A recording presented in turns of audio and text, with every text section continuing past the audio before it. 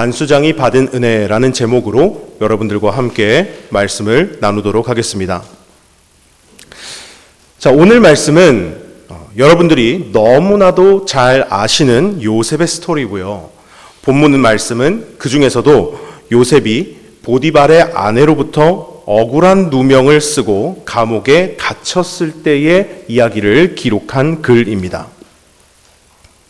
요셉은 어렸을 때부터 아버지 야곱에게 특별한 사랑을 받고 자란 아이입니다.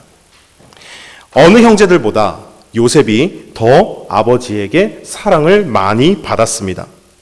그러다 보니 요셉의 이 형제들이 요셉을 싫어했어요. 시기하기도 했고 질투하기도 했습니다. 아버지의 이 요셉을 향한 편애, 거기다 덧붙여진 요셉의 이 말괄량이 같은 행동들은 형들의 미움을 사기에 아주 충분했습니다. 요셉이 점점 자라면서 이제 청년의 나이가 되었는데도 이 야곱은 요셉에게 다른 형제들보다 더 큰 사랑을 주었는데 이 형제 간의 갈등이 결국 어디서 폭발하는가 하면 요셉의 꿈 이야기로 인해서 완전히 폭발합니다. 볕단들이 자기 앞에 절을 했다 그랬고, 그리고 해와 달과 별이 절하더라 라는 꿈으로 인해서 형제들은 요셉을 미워하는 감정이 아주 극에 달하게 되었죠. 결국은 형들이 작당으로 인해서 요셉을 애굽의 노예로 팔아 넘겨버리고 맙니다. 요셉은 애굽의 노예 시장에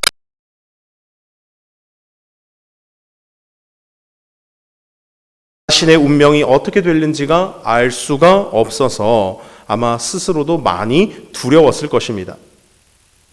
그때 마침 노예를 사러 온 바로의 신하, 친위대장 보디발이라고 하는 사람이 이 노예를 사러 시장에 왔다가 요셉이라는 젊은 친구가 이제 자신의 눈에 딱 이제 띈 거예요. 아, 이 친구가 그래도 좀 잘하게 생겼네 라는 생각이 든 거죠. 그래서 이 요셉을 보디발이 사게 됩니다. 이제는 정말 이 요셉은 노예의 신분으로 살아가야만 했습니다. 여러분 잘 아시다시피 여러분 노예에게 자유가 있습니까? 노예에게 뭐 권리가 있습니까? 없습니다. 요셉에게는 어느 것 하나도 자기가 주장할 수 있을 만한 것이 없었습니다. 그러나 하나님께서는 그 와중에도 요셉과 함께 하셨다라고 기록하고 있어요. 창세기 39장 2절 말씀에 보니까 뭐라고 나와 있냐면 여호와께서 요셉과 함께 하심으로 그가 형통한 자가 되었다라고 기록하고 있는 것을 볼 수 있습니다.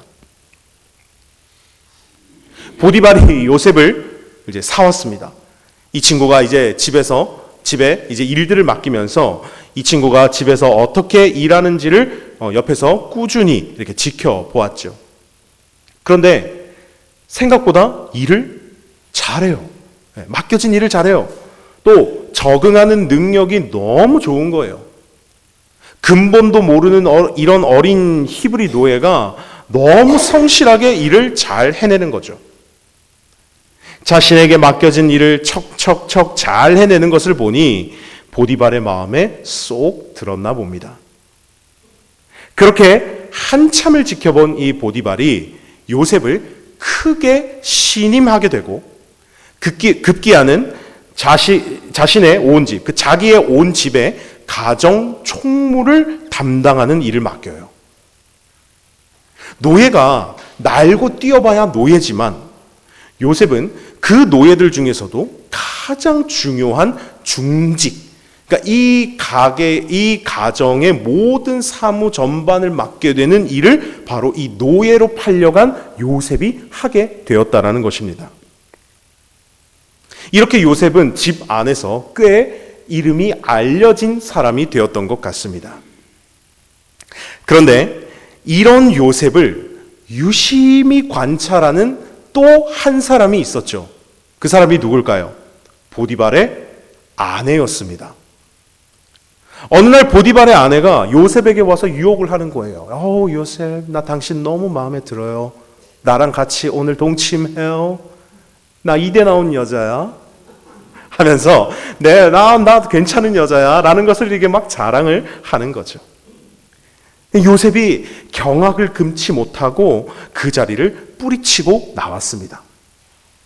그런데 이게 웬일입니까? 오히려 보디발의 아내가 이 상황을 요셉에게 뒤집어 씌우려고 하는 겁니다. 저 종놈이 나를 겁탈하려고 했다. 저놈 잡아라. 하면서 요셉이 자기를 마치 어떻게 하려고 했다는 듯이 분위기를 바꿔버린 거예요. 요셉이 억울했겠습니까? 억울했겠습니까? 억울했죠. 요셉이 매우 억울했을 겁니다. 네. 근데 여러분, 노예가 무슨 변명을 하겠습니까? 이런 모든 된 진실, 그때는 뭐 CCTV 이런 게 어디 있습니까? 다 보면 지금은 CCTV가 있어서 화면을 비치고 있지만 그때는 그런 게 없잖아요. 자기를 본 사람이 아무도 없는데 누가 나에 대해서 증언을 해주겠습니까? 그리고 나는 노예인데 누가 노예 앞에 편을 들어주겠습니까?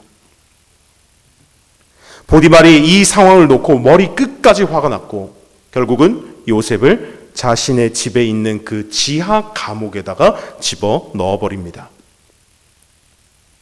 자료를 찾아보니까요, 이 요셉이 갇힌 감옥, 즉 보디발의 집안에 있는 이 감옥은요, 일반 죄수들이 수감하는 곳이 아니라 왕에게 범죄한 죄수들, 아주 죄짐이 무거운 죄수들을 이 보디발의 집 안에 있는 그 지하 감옥에다가 가뒀다고 합니다. 이들이 갇힌 감옥은 다른 일반적인 감옥보다 훨씬 더 깊은 지하에 있다고 해요. 거기에 요셉이 수감이 되는데 그 요셉이 수감된 거 말고 또 누가 수감되어 있냐면 여러분들이 잘 아시는 그 떡 굽는 관원장, 그 다음에 술 맡은 관원장, 그 바로왕 곁에서 그 시중 들었던 술 맡은 관원장, 떡 굽는 관원장이 이미 거기에 들어가 있던 것이죠. 요셉도 그 감옥에 갇혔습니다. 여러분, 어떤 모습으로 갇혔을까요? 거기에 대해서 시편 105편 17절 18절 말씀을 보니까 여기에 대한 설명을 좀 붙여놓았습니다. 제가 읽어드릴게요. 그가 한 사람을 앞서 보내셨으며 요셉이 종으로 팔렸도다. 그의 발은 착고를 차고 그의 몸은 쇠사슬에 매였으니 라고 기록하고 있습니다. 자, 여러분 상상이 되시죠? 착고를 발에 차고 있고 온 몸은 쇠사슬로 칭칭칭 감겨 있다. 야, 그 차가운 돌바닥에서 착고를 차고 있고 몸을 움직일 수 없어서 쇠사슬을 창창창 매인 그 모습. 이 요셉은 팔려온 것도 억울하고 자기는 그냥 있었던 일 얘기했는데 형의 미움과 시기 질투로 인해서 팔려온 것도 그런데 그리고 내 인생 정말 열심히 이 보디발의 집 안에서 나의 맡은 일들을 다 감당했더니 나에게 닥친 일들은 감옥에 갇히는 이런 일들이 자꾸 생기니까 요셉의 인생, 자기의 인생은 끝을 알 수 없는 바닥으로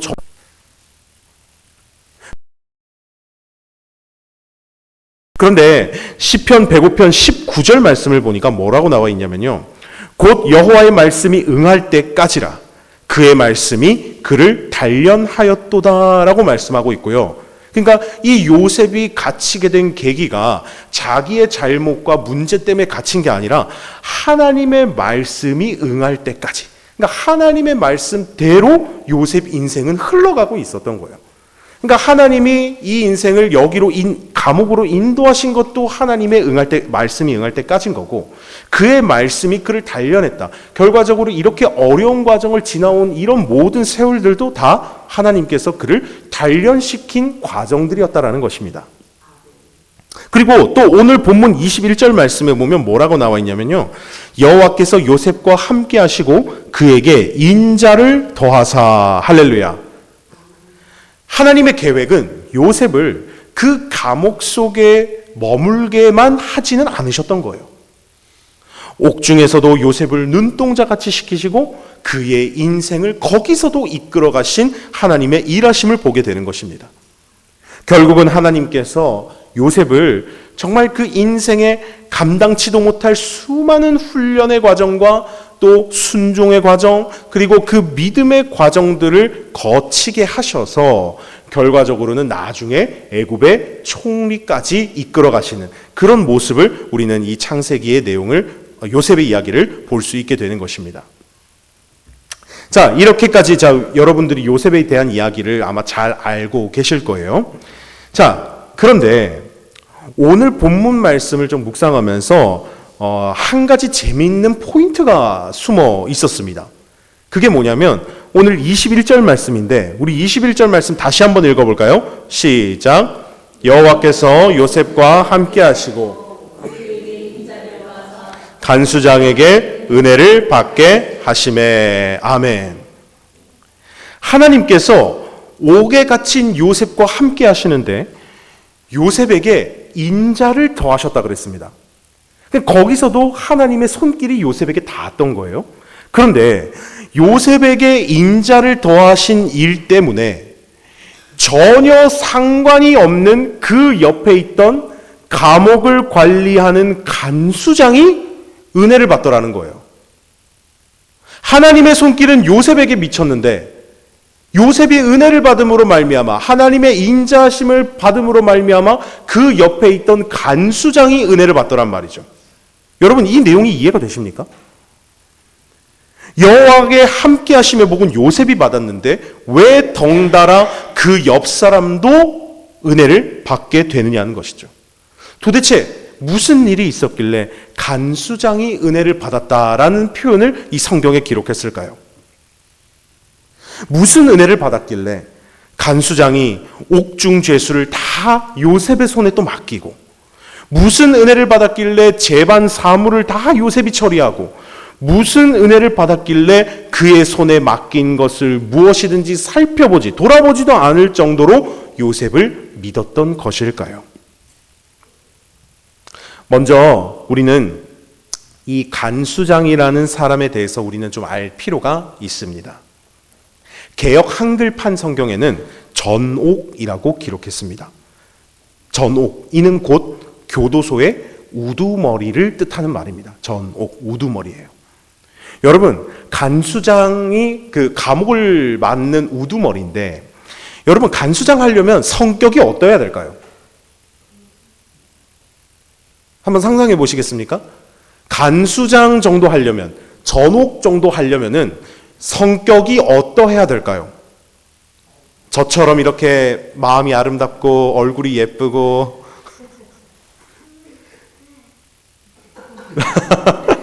네, 웃기죠? 그죠? 네. 저처럼 이렇게 마음이 착하고 이러면 간수장 할 수 있을까요? 네. 자, 여러분, 바보같이 착하면 간수장 하겠습니까? 사람 보는 마음이, 긍휼한 마음이 막 많이 있는 사람이면 간수장 할 수 있겠습니까? 그 사람을 쳐다봤을 때 막 연민의 정이 막 느껴져가지고, 아이고 저 사람, 아이고 그래 억울하게 들어왔지, 아이고 그렇게 어쩔 수 없지, 그래도 시간이 지나를 기다려야지, 이렇게 하면서 토닥토닥 해주면 그 간수장 할 수 있을까요? 아니요. 여러분, 간수장을 하려면 아마 상당히 마음이 굳은 사람이어야 할 거예요. 죄수들이 수감 생활에 어긋나는 일을 할 때 아주 그 말로 아주 머패드 팬다 그러죠. 막 머패드 팰 수 있는 그런 성격의 사람이어야 할 거고, 그리고 비 오는 날 먼지 나도록 막 몽둥이 찜질을 해줄 수 있는 그런 마인드가 장착되어 있는 사람이 간수장을 할 수 있을 거예요. 이 간수장 얘기하니까 좀 생각이 난 게 있는데, 제가 전에 교회에서 이렇게 사역을 할 때 제가 그 교회에서 사회봉사부라는 직책을 맡아서 담당을 했었습니다. 이 사회봉사부를 담당했는데, 이 사회봉사부가 말 그대로 이제 지역사회의 발전과 봉사를 위해서 일하는 부서예요. 그래서 그 교회에서는 뭘 했냐면, 이제 밥상 공동체라는 곳에 가가지고 이제 거기 가서 말씀 전하고, 또 가서 공연 같은 것도 보여드리고, 또 식사 당번 같은 거 해가지고 밥을 이렇게 퍼서 배식해드리고, 이런 일도 했었고요. 또 연탄을 그 동네 안에 그 날라 보기도 하고, 그리고 각종 요양원들을 매주마다 돌아다니면서 요양원 가서 예배를 드리고 오기도 하고, 그리고 그 교회 안에 그 박물관 같은 거를, 자연사 박물관 같은 거를 만들어가지고 그 주변에 어린이집이나 뭐 유치원 이런 데에서 이렇게 견학을 오게끔 만들어서 이런 것들을 좀 체험해 볼 수 있게 만드는 그런 지역사회에 이런 도움을 줄 수 있는 일들을 맡아서 한 게, 그게 사회봉사부가 제가 한 일이었습니다. 자, 그런데 그런 일도 했고 또 무슨 일을 했냐면 교도소에도 갔다 왔어요. 이래봬도 저 교도소 다녀온 사람입니다. 네. 네. 죄를 지어서 수감돼서 교도소 갔다 온 게 아니고 교도소 안에 있는 그 수감자들을 위해서 그 기독교 교리 교육하고 그리고 예배를 인도하고 오는 이제 그런 역할을 제가 했었습니다. 처음 제가 그 교도소 앞에 이제 들어갈 때 그 담당 주임을 통해서 이제 인수인계 받고 이제 들어가거든요. 들어가는데 저는 어떤 생각이 들었냐면, 야, 교도소 이 안이 우리 흔히 영화에서 보는 막 서로 막 피 터지게 싸우고 막 난리 나고 막 되게 분위기 험악하고 뭐 그런 것만 상상을 했었거든요. 근데 막상 들어가 보니까 밝아요. 분위기가 밝아요. 네, 뭐 그렇게 문제 있는 것도 아니고요. 그리고 예배를 드리러 모여 있는 그 수감대에 계신 분들이 서로 다 잘 즐겁게 잘 지내고 있습니다. 그리고 그 주임이라는 분, 그 교도관들이라는 분들도 그 죄수들에게 최소한의 존중은 해주면서 그들의 하는 일들을 이렇게 지원해주는 이제 그런 모습을 보여주시더라고요. 그래서 제가 내가 생각보다 그 교도소가 그렇게 막 험악하고 살벌하지 않구나라는 그런 이제 것들을 느꼈는데, 자, 여러분, 요즘이야 그렇다라는 거지. 성경 당시 지금 이 왕정 체제에서 기본적인 간수들의 마인드는 뭐냐면요, 죄수를 인간으로 보지 않는다는 데 있습니다. 죄수를 인간으로 보지 않아요. 지금과 같이 서로를 존중해야 된다는 우리나라의 문화가 아니라 그때 당시 애굽 시대의 왕의 명령이 있고, 그리고 또한 노역을 운영했던 나라에서 죄인들의 간수장을 한다는 것은 아마 죄인들을 다루기에 위해서라도 피도 눈물도 없어야 되는 사람, 그 사람이 바로 간수장, 또 그런 마인드를 가진 사람이 간수장을 할 수 있는 거예요. 그런데 지금 아까 제가 말씀드린 거 다시 한번 기억해 보십시오.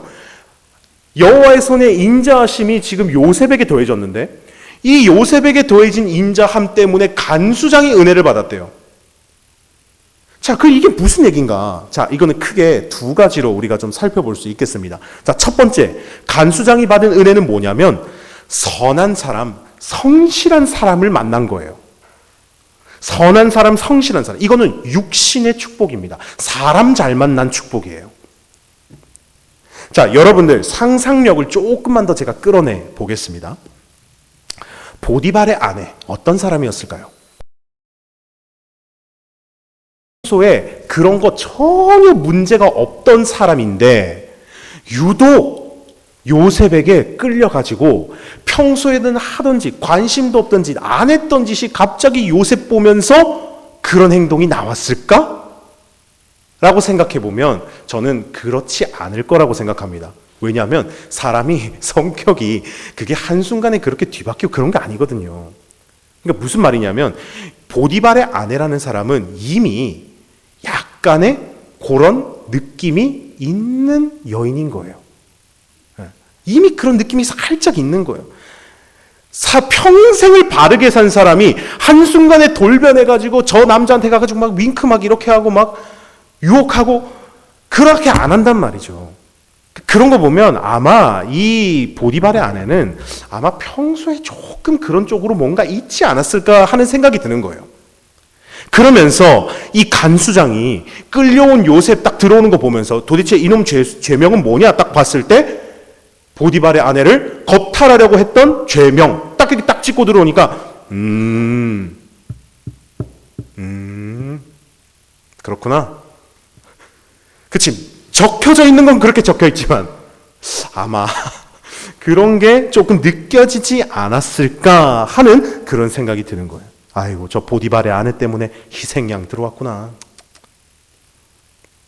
왜 이렇게 생각할 수 있는가 하면 보디발이라는 사람, 그 보디발의 집 안에 그 간수장이잖아요. 보디발의 집 안에 간수장이잖아요. 그러면 이 간수장이 보디발과 긴밀한 관계를 맺고 있을까요? 아닐까요? 맺고 있죠.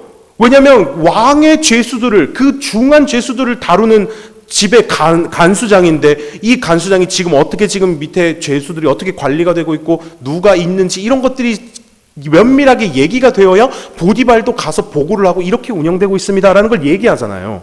그러니까 아주 이 보디발과의 관계가 아주 긴밀한 거예요. 그러니까 마주칠 일도 많고 대화할 일도 많았을 거예요. 그러다 보니 자연스럽게 보디발의 아내도 마주하고 보게 되는 것이죠. 또한 이 간수장이 보디발을 만나러 집안을 다니면서 요셉이라는 인물을 봤을까요? 안 봤을까요? 봤어요. 보디발 만나러 다니면서 이리저리 다니면서 요셉이라는 이 종으로 팔려온 히브리 노예가 일을 잘한다는 얘기 들었을까요? 못 들었을까요? 들었어요. 일 잘한다는 얘기만 들었습니까? 그 팔려온 히브리 노예가 이 가정에 지금 뭐 하고 있어요? 가정 총무를 하고 있단 말이에요. 가정의 모든 전반적인 일을 맡고 있단 말이에요. 아니 이게 말이 되는 일입니까? 자기 애굽 사람 갖다 써도 모자랄 판국에 종으로 팔려온 사람에게 지금 이 일을 맡긴다는 게 말이나 될 일일까요? 그러니까 이런 소문을 이 간수장이 안 들을 수가 없었어요. 소문은 이미 다 퍼졌고요. 도대체 이 사람이 누군가 하는 거 들어보니까 세상에 요셉이라는 인물이 정말 성실하게 일 잘하는 사람이네. 보디발에게도 인정받는 사람이네. 이런 거를 봤더란 말이죠. 그러니까 이 간수장의 머릿속에는 요셉이 진짜 괜찮은 사람이네. 일 잘하네. 이렇게 인식이 되어 있단 말입니다. 그러니까 이 보디발의 아내가 요셉을 겁탈하려고 했다라는 말에 사실은 보디발은 그렇게 동의하지 않았더라는 거죠. 요셉은 이미 선한 사람이고 성실한 사람으로 소문이 나 있었기 때문에 옥중에서도 요셉에게 자신의 일을 믿고 맡길 수 있었고서야 여러분 아시듯이 어떻게 죄수한테 여기에다가 모든 전반적인 일을 맡기고 감옥의 일을 돌아보지 않을 정도로 그렇게 일을 맡깁니까? 그렇지 않잖아요. 여러분 이런 거 보면 여러분 사람 잘 만난다는 것이 여러분 얼마나 큰 축복인지 모릅니다. 대표적인 이야기가 여러분 군대 아닙니까? 군대. 남성분들은 다 군대 좀 이렇게 어쨌든 긴 기간 동안 다녀오셨을 텐데 여러분 군대 보낸 아들에게 군대 부모님께서 아들에게 전화하거나 면회하면서 가장 먼저 걱정하며 물어보는 게 뭡니까? 그렇죠? 그런 얘기죠. 네. 어떻게 사람 괜찮냐? 선임들이 잘해주냐? 이런 거 묻잖아요. 분위기 괜찮냐? 이런 거 물어보잖아요. 혹시나 우리 애가 이상한 애들 만나가지고 막 맞고 갈굼당하는 건 아닌지, 우리의 애들 잘못 만나가지고 신앙 잃는 건 아닌지, 나쁜 애들 만나서 거기서 막 술, 담배 배우고 이상한 짓 하는 건 아닌지, 그런 걱정들인 거잖아요. 저는 제 위로 고참들이 다 담배를 피는 고참들이었어요. 제가 막내로 딱 들어왔을 때 저만 담배를 안 피고 위 고참들은 전부 다 담배를 피는 사람들이었어요. 그래서 달마다 이렇게 연초라는 걸 신청을 합니다. 연초, 담배를 신청을 합니다. 그 담배를 싸게 공급을 하는 건데 그 모든 선임들이 전부 다 연초 신청 동그라미 했어요. 근데 밑에 이민호, 이병은 X. 이제 이렇게 되는 거죠. 그러니까 위에 담배 피는 선임들은 아니 싼값에 담배를 구매할 수 있는데 왜 담배 안 사냐? 너 담배 안 피냐? 물어보는 거예요. 네, 저 담배 안 핍니다. 저 교회 다닙니다. 그랬더니 그러냐? 그러면 일단 동그라미 쳐라. 내가 살 테니까 동그라미 쳐라. 아 그렇습니까? 그럼 알겠습니다. 동그라미 이렇게 쳐서 이제 제 거를 이제 그 선임이 이제 사가는 이제 그런 이제 일들이 있었죠. 근데 그렇게 사가도 이 선임들이 저에게 담배를 권유하지는 않았어요. 참 감사했습니다. 참 다행이었어요. 더 좋았던 것은 뭐냐면 저도 이제 시간이 지나면서 계급이 이렇게 올라갈 거 아닙니까? 계급이 올라가서 병장이 되고 최고 고참이 됐을 때 제 밑에 있는 이 들어온 애들이 전부 다 담배 안 피는 애들이 들어왔어요. 그래서 우리 부대는 연초를 신청을 안 했습니다. 다 X였습니다. X. 그래서 야 정말 군생활 동안 참 좋은 선임 만났고 그리고 후임들을 만나서 참 감사했다라는 그런 생각이 들었거든요. 물론 아쉽게 진짜 전역하기 얼마 딱 안 돼서 그 담배 피는 애가 하나가 들어오긴 했는데 이제 얼마 같이 있지는 않았어요. 어쨌든 제 밑으로 담배 피는 애들이 거의 없었습니다. 그리고 군대에 있다 보니까 이제 종교 행사를 가는 일들이 있어요. 우리는 예배를 드린다라고 하고 뭐 성당 간다라고 얘기하고 뭐 절에 간다라고 얘기를 하잖아요. 근데 거기 군대 안에서는 이제 종교 행사를 간다라고 표현을 합니다. 근데 그 종교 행사 가는데 전 이제 기독교인이잖아요. 저 교회 다니잖아요. 신학생이었고. 그러니까 교회 너무 가고 싶잖아요. 그런데 근무표를 이렇게 주말에 근무표를 짜가지고 거기 시간에 딱 걸리면은 저는 이제 교회를 못 가는 거예요. 근무표를 오전에다 딱 짜놓으면 저는 교회를 못 가는 거죠. 그러니까 이 행정보급관님이 그 경계 근무표를 짜면서 저는 이제 그런 사정을 봐주질 않으니까 그래서 오전에다 근무를 딱 넣으면은 저는 교회를 못 갔는데 이거를 행보관님이 안 하고 이 당시에 그 병사가 이렇게 짤 일이 있었어요. 병사가 가끔씩 짜기도 합니다. 이럴 때는 이 병사 짜는 사람도 기독교인이에요. 자기도 교회 다니는 사람이었어. 그러니까 자기는 안 가도 나는 보내고 싶은 거야. 그러니까 자기는 근무를 그냥 교회 안에서 그냥 그렇게 자기는 부대 안에 그렇게 있고 저를 갖다가 거기다 근무표에 이제 제외를 해주면서 저를 교회로 보내주고 저는 예배를 드리고 오고 그런 일들이 있었어요. 대신에 저는 밤마다 근무를 나갔죠. 낮에 안 나가는 대신 밤마다 이제 근무를 이제 나갔었습니다. 그러니까 여러분 이렇게 사람 잘 만난다는 것이 여러분 얼마나 큰 축복인지 이건 여러분 다 아시잖아요. 저는 여러분들 만난 것도 축복이고 여러분들이 절 만난 것도 저는 축복이라고 생각합니다. 아멘 소리가 좀 적으신 것 같은데. 네. 우리가 서로가 만남이 이렇게 축복이에요. 네.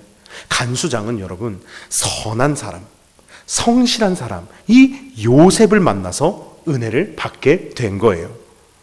그러므로 이와 같이 우리 장천교회 성도님 여러분들도 좋은 사람, 선한 사람, 성실한 사람을 만나는 축복을 받게 되시기를 주님의 이름으로 간절히 축복합니다. 두 번째입니다. 간수장이 받은 은혜 또 다른 건 뭐냐면 하나님이 함께 하시는 사람을 만난 거예요. 선한 사람, 성실한 사람은 육의 축복이었다면 하나님이 함께 하시는 사람을 만난 것은 영적인 축복이에요. 이 간수장은 영적인 은혜를 받았던 사람이었습니다. 성경을 찾아보면 하나님께서 함께 하시는 사람을 만난 이 사람들의 이야기는 참으로 놀랍고 은혜롭지 않을 수가 없습니다.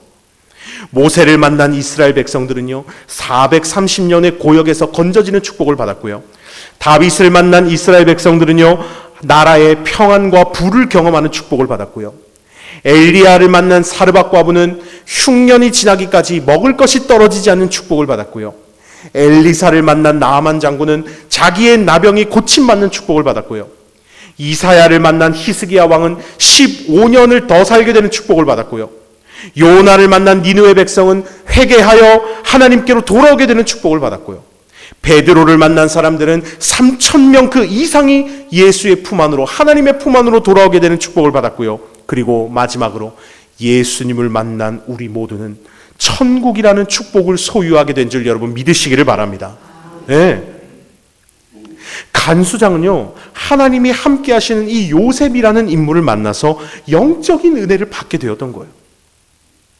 우리 장천교회 모든 성도님들도 하나님이 함께 하시는 사람을 만나는 축복이 있기를 간절히 소망합니다.